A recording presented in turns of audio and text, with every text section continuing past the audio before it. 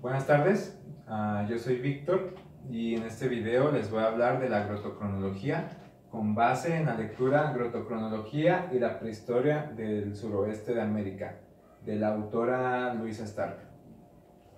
Como bien lo menciona la autora al principio de la lectura, este trabajo tiene como objetivo proporcionar información acerca de lo que es la grotocronología y su validez y al mismo tiempo dar un acercamiento a la prehistoria de algún área determinada. En este caso, esta área comprende desde el sur de México hasta por toda la costa suroeste hasta Chile. Y es información lingüística recabada de lenguas como el maya, el yunga, el uruchipaya y el araucano. El maya, generalmente hablado en la península de Yucatán, en estados como Chiapas y Tabasco, en algunas partes también de Guatemala, al oeste de Honduras y de El Salvador. Es una lengua que consta aproximadamente de 2 millones de hablantes y cuenta con 27 variantes.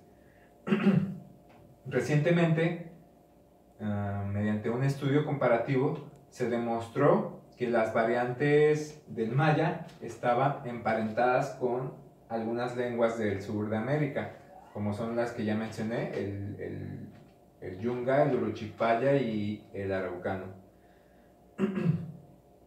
El yunga, a veces también conocido como el muchic, el mochica o chimu, fue de las lenguas más habladas en el preconquistado Perú y era hablado por la cultura chimu al norte de la costa de Perú. Sobre la base en las correspondencias morfológicas y fonológicas se dieron cuenta que hay similitudes entre esta lengua, el yunga, y una variante del maya, el chol, hablada en Chiapas. Entonces, a pesar de estar pues geográficamente separadas entre sí, pues se dan cuenta que hay ciertas similitudes entre estas dos lenguas, ¿no? Lo cual nos da como resultado el primer vínculo que conecta la costa norte de Perú con el sur de México, ¿no? Precisamente en Chiapas, donde se habla el chol. El segundo vínculo tiene que ver con el uruchipaya, lengua bipartita, es decir, que está constituida por dos lenguas, el chipaya y el uru. Los chipayos, la cultura chipaya, hoy en día está ubicada en la parte sur del altiplano de Bolivia y está constituido por aproximadamente 800 hablantes.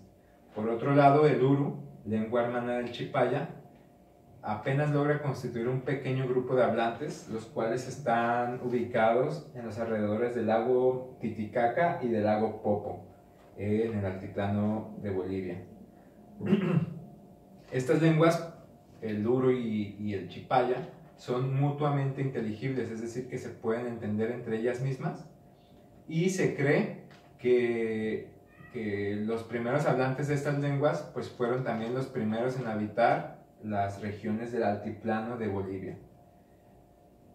La autora toma como base para este argumento el trabajo del lingüista estadounidense Ronald Olson, un lingüista que pasó aproximadamente 17 años con la cultura chipaya y que produjo una serie de trabajos de índole comparativo en los cuales trataba de demostrar que el uruchipaya estaba emparentado con el protomaya. Entonces esto nos da como resultado nuestro segundo vínculo que conecta al sur de Bolivia, en el altiplano de Bolivia, con el sur de México.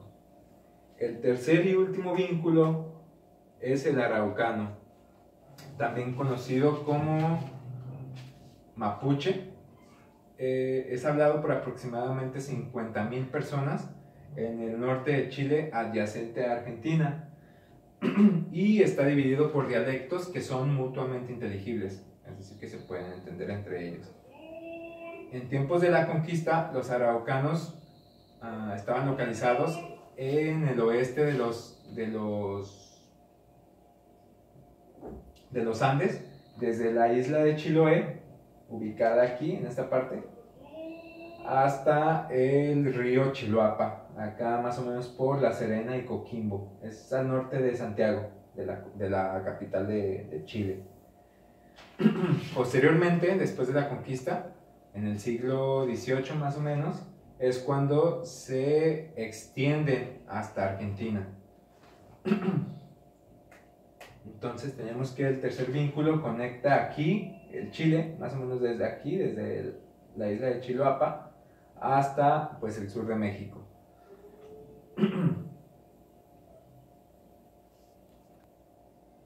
En la evidencia lingüística, estas tres lenguas comparten innovaciones que no se encuentran en el protomaya. Esto incluye la pérdida de prefijos y la compartición de características fonológicas y léxicas que no se encuentran en las variantes mayas contemporáneas. Con este resultado, podemos asumir que existió un protomaya yucha. Es decir, bueno, la autora se refiere con el concepto yucha, con el término yucha, a el proto-yunga, proto-uruchipaya y proto-araucano, como bien se va a poder observar en este mapa. Como pueden ver, el protomaya pues se separó, se dividió entre el yucha y el protomaya. El protomaya pues dio como resultado las variantes mayas contemporáneas, y el yucha pues se dividió en yunga, uruchipaya y araucano. Siguiendo el criterio de Swadesh, un lingüista estadounidense mexicano, nos damos cuenta que la separación entre el protomaya y el protoyucha se dio alrededor del 2400 a.C.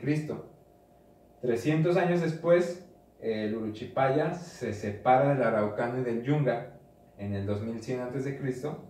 y 200 años después, el yunga y el araucano se separan entre sí.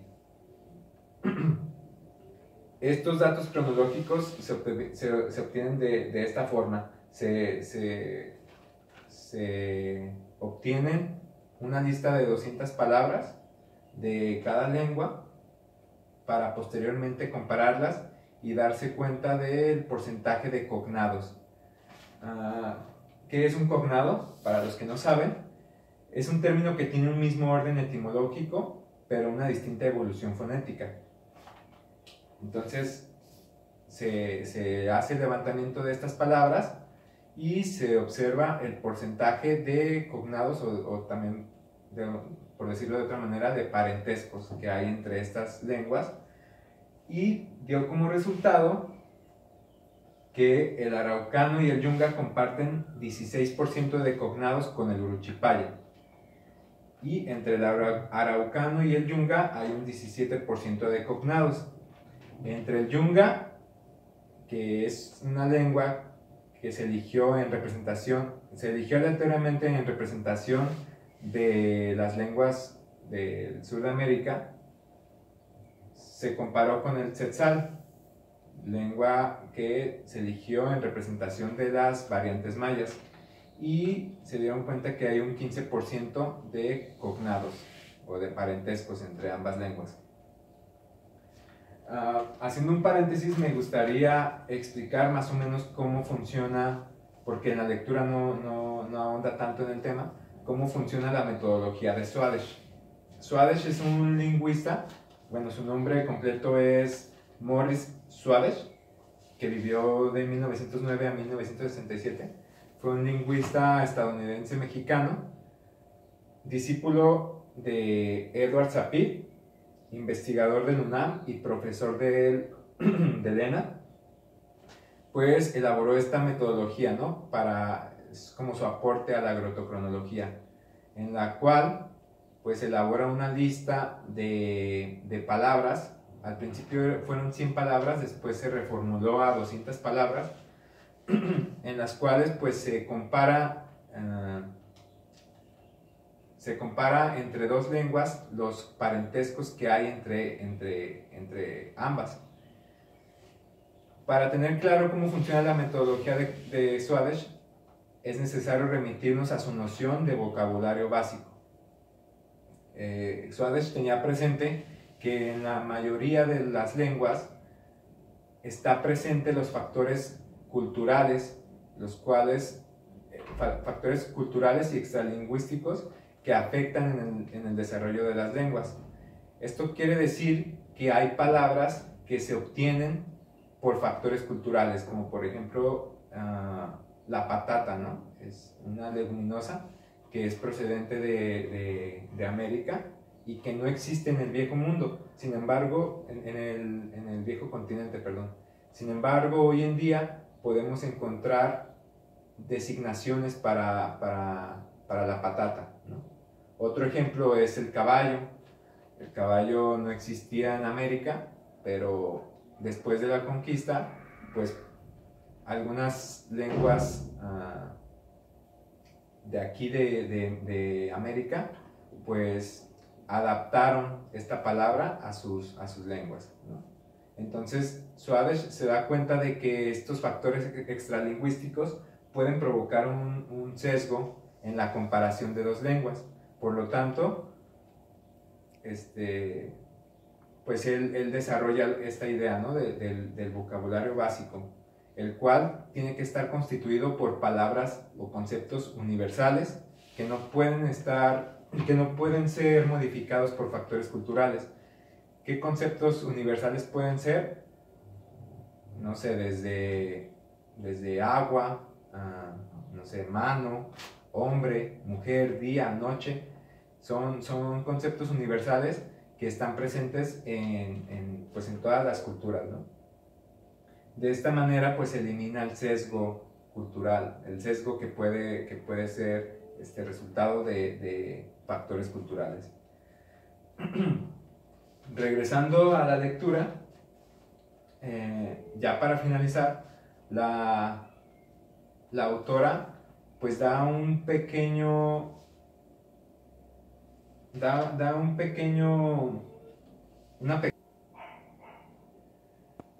pequeña sugerencia de historia de cómo se desarrollaron estas lenguas, ¿no?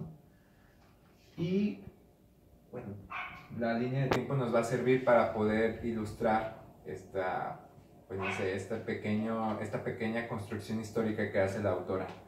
Para 2600, 200 años antes de la separación del Protomaya, un grupo de indios americanos se asentaron en las estribaciones del Alto Cuchumatanes, que está ubicado más o menos aquí en esta parte alta de Guatemala, cerca de México, ¿no? Para el 2600 se asentó un grupo de indios americanos en esta zona, y ya para el 2400 sucede la separación entre el Protomaya y Protoyucha.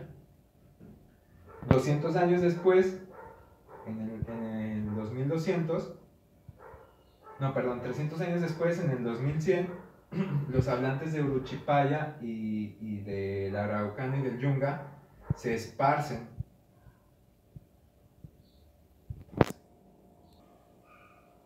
Los hablantes del Uruchipaya se movieron al interior del continente para el 2100 a.C. Y ya por último, el Yunga y el Araucano parecen haber mantenido contacto por alrededor de 200 años hasta que se separaran, se dividieran para el 1900 a.C., ¿no? Esta es la reconstrucción histórica que hace la autora, y ya al último del texto contrasta su reconstrucción histórica con algunos autores que han hablado acerca de la prehistoria del sur de América, ¿no? Uno de ellos es H.J. Spinden, que propuso la difusión de la agricultura, del maíz, de la cerámica, del Valle de México hasta la costa central de Perú. Él creía que la diáspora tomó lugar por migraciones de hablantes náhuatl tempranamente en el periodo arcaico. Y bueno, ya hasta el final menciona a otro autor, Willy, que es un poco más reciente que el anterior, que mantiene la hipótesis de que el contacto entre estas culturas tomó lugar en bandas de 5 tiempos. Y pues de mi parte sería todo.